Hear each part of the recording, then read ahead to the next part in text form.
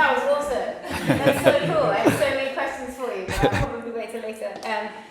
Good to see you all here. I'm going to tell you a bit about my business and how I got there, how I basically did build my dream job.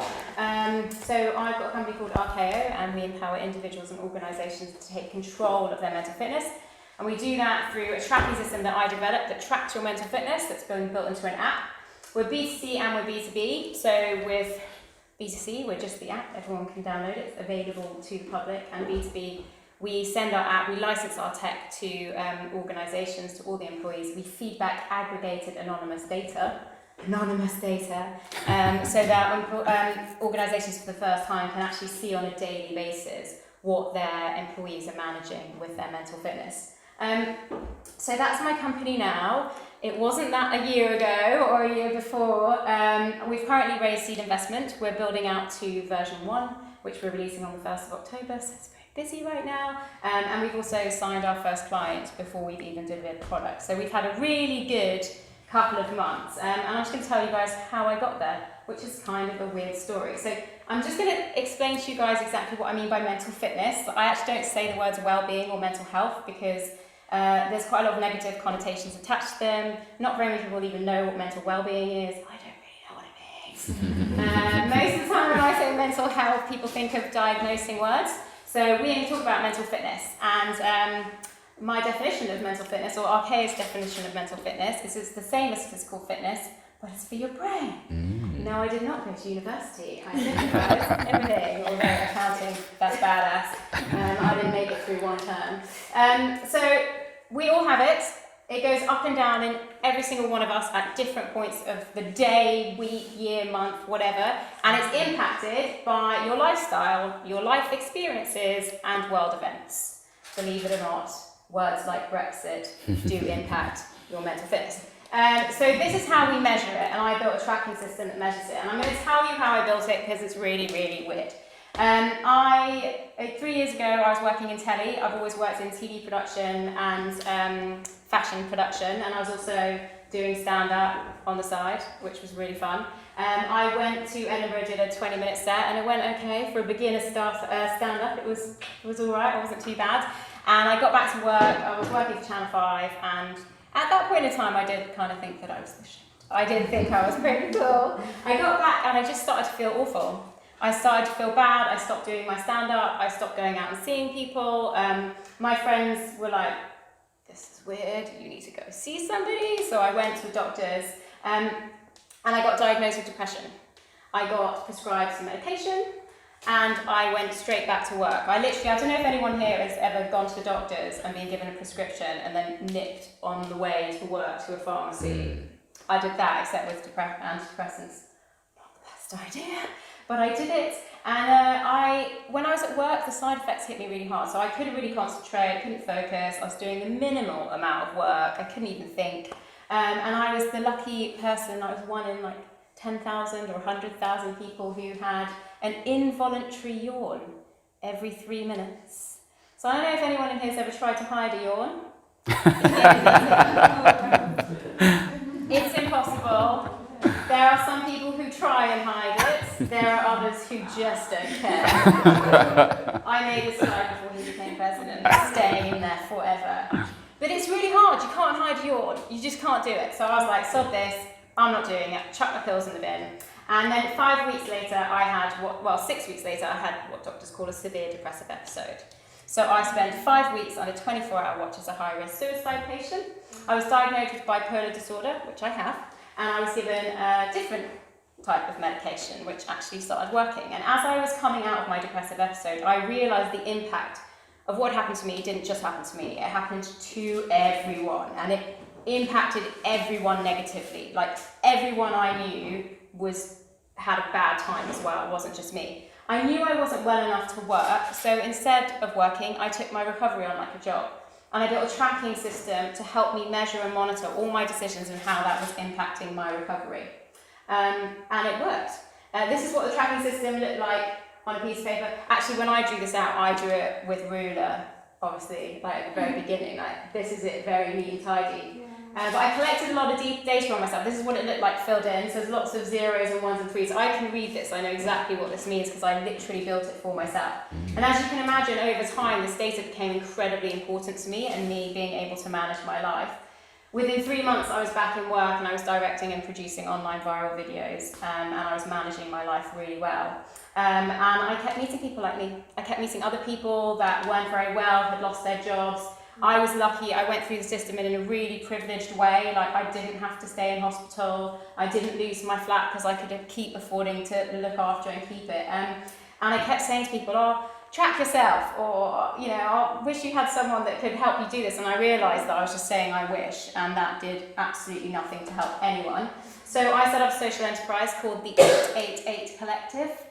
My first lesson about making businesses, say the name out loud many a time before you call it that.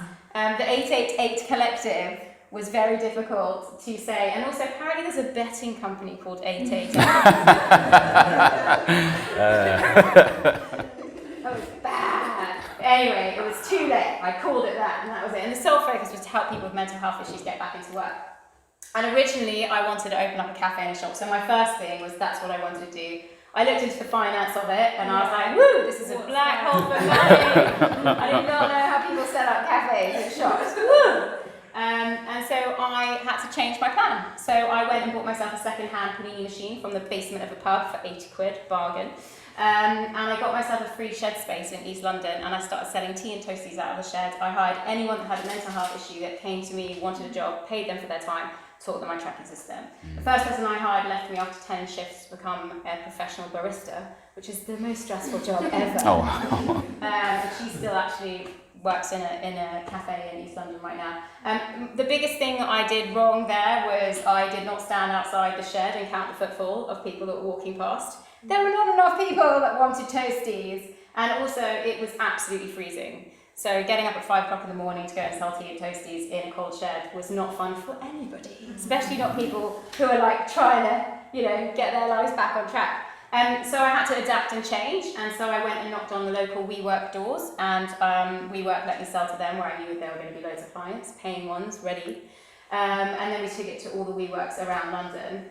I then wanted to scale what I was doing, and I realised selling tea and toasties was not scalable, so instead I turned what I was teaching into a personal development and mental fitness management course, which I taught for free. And I still wanted to help people get jobs, so I did this 4-week course, and at the end of the course, I would convince some really cool restaurants in London to let me pre-sell tickets to an evening at the restaurant, and I would fully staff the restaurant with the grads from my courses. So everyone actually did get their first paid shift back in work. Some people hadn't worked for like 4 years and they were doing their first shift back in work. And it was awesome. And it went viral. What we were doing went viral. We got loads of press. I did the BBC as well, and all loads of different kind of stuff. There's artwork being sent in to us from New Zealand. Someone got our slogan, which is we're all somebody's version of crazy, in the hands of a monkey. Oh, that's I cool. don't even know where that is. These are 2 people in Greece. So we did really well. And I got referrals from the NHS and loads of different places. And we kind of did actually break the stigma of anything to do with mental health issues, because we look like an East London fashion brand. We don't look anything like what we did. And that for me was one of the key learnings. They're sort of all my key learnings that I accidentally kind of did all this stuff, just trying to find my way through, having built something that I knew could help people and trying to get it to them and trying to get people involved. So I learned loads of stuff doing this. I also learned that doing stuff for free is not sustainable and it's not a good business plan. So then I went on to develop and make Arkeo, and actually we've already heard this before, it's finding your market. You know, I've got 2.3 billion people on this planet that potentially use our tech. That's the amount of people that are on this planet that experience mental health issues that don't necessarily have a diagnosis. Just if we go into the UK, 300,000 people in the UK lose their jobs each year because of mental health issues. 21.8 million people in the UK have mental health issues. And it costs the UK government 99 billion. So we are looking at $1 billion industry right now, which I accidentally fell into, which is awesome. So it just goes back to then bringing back my idea to something that I can sell to businesses and sell to organisations and take into the next level from social enterprise is how do I sell that? How do I let people know that this is what we do in a simple way without having to explain the social enterprise bit with the slides? And we treat mental health issues in 3 ways in the UK today. So therapy, medication, and lifestyle. And obviously our tech focuses on lifestyle. This is what our app looks like. It's launching on the 1st of October, so you guys can check it out. And it basically literally tracks your lifestyle choices and how that impacts your ability to manage your life. That's it. It is so simple. All those 0s and 1s and 3s on that page can look incredibly beautiful and actually quite fun to play with and really nice.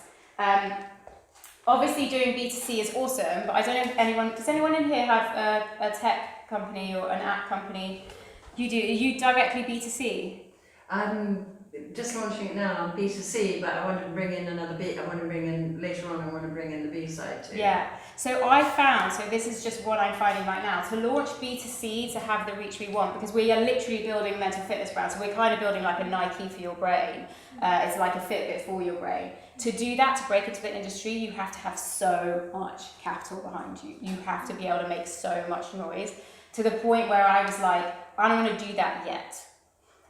So then I built in this business bolt-on, so the B2B side, which is when we go into organisations. We're actually going to release B2B first. So we're doing soft launch, which is B2C now, and then we're doing a hard B2B launch in January when we will have enough data and proof that we can sell into large organisations. But B2B selling tech, you need to have huge marketing budgets. And we just don't have that, nor do I really want it. Like, I'm actually very happy to have not raised loads of money, because it means you have to build exactly what you need to build in a very tight pipeline, which means that you know that what you're building is cost effective, which then goes down to like know your costs. Yeah. You know, the best way to know your costs is not to have any money, because then you're like, I can't spend any money on it. Makes you have 0 costs. So these are the guys we've been working with. The first time I did a talk was 2 years ago. I went to Sky. I thought I was training 60 people in a small room. I turned up, I was in their cinema room. My deck, which you can tell I'm not good at decks, was on the cinema screen, and I was being live streamed to 3,000 people. Wow. Cool. So it was really scary, but I did it. I managed to pull it off. I was like, yeah. And inside, I was like, this is so scary. So we've been working with some really cool people. We've just signed our first clients. We're part of London Sports Tech Hub 2019, which is sponsored by the Mayor of London, which is great because it means that we're being considered as fitness tech, which is what we want to be. We're also part of the Barclays Eagle Labs, which is a health tech lab, which is great for connections and stuff, so we're also health tech. And we're on a global transformative tech accelerator, which is amazing because that means that, you know, my goal of getting 1 billion people on this planet to track their mental fitness in the same way they do their physical fitness by 2050 is actually looking like it could be possible, which is awesome. So just in summary, I went from being suicidal to selling tea and toasties out of a shed to having a tech startup in 3 years, and the way I did it was 100% taking responsibility for myself. I took responsibility for myself from a mental fitness point of view. Every decision is mine, and I do that from a work point of view as well. Every decision to do with my business is my responsibility, and it's mine. If something goes wrong, it's my responsibility. If someone doesn't do something in the way I needed it to be done, my responsibility. I didn't explain it properly, or I chose the wrong person to do it. Everything is your responsibility. That way also things become really fun. And tracking and taking action. So whatever you're building, track it and take action. So make sure that what you're building works. Make sure whenever you start something, you release a product, you build something, you tracked how and what the tastes were and what happened and what was good and what people liked. Yeah. Track everything, because that's how you can prove to investors and yourself that what you're doing is work, and progress your product and take the action. And it's just work hard and don't give up. Like, I have spent a lot of time being told, no, that's not going to work. And I'm like, okay, let's find a way that is going to make it work. And it's really just those 3 things, those 3 actions that's got me to where I am. There's 2 quotes that I absolutely love. This is Václav Havel, and this is, vision is not enough, it must be combined with venture. It's not enough to stare up the steps, we must step up the stairs. It's not easy to say, but it's absolutely true. Like, your vision is awesome, but it's not enough. You need to actually take every single step, like I do right now. My terms and conditions are right. Is every button on the app right? That's where I focus. the billion people is my vision. I'm going to get there by making sure every button on my app works in the way I want it to. And then the last one I'll leave you with, which I know personally to be very true to myself from my own personal experience, but also again as an entrepreneur running your own business, it 100% is, you should have this in mind at all times, is rule your mind or it will rule you. You know, do not let yourself tell yourself you cannot do something, you cannot achieve something. If I've done what I've done in the past 3 years, whatever you guys want to do and whatever you're trying to do, 100% you can do it. So that's it. That's for me.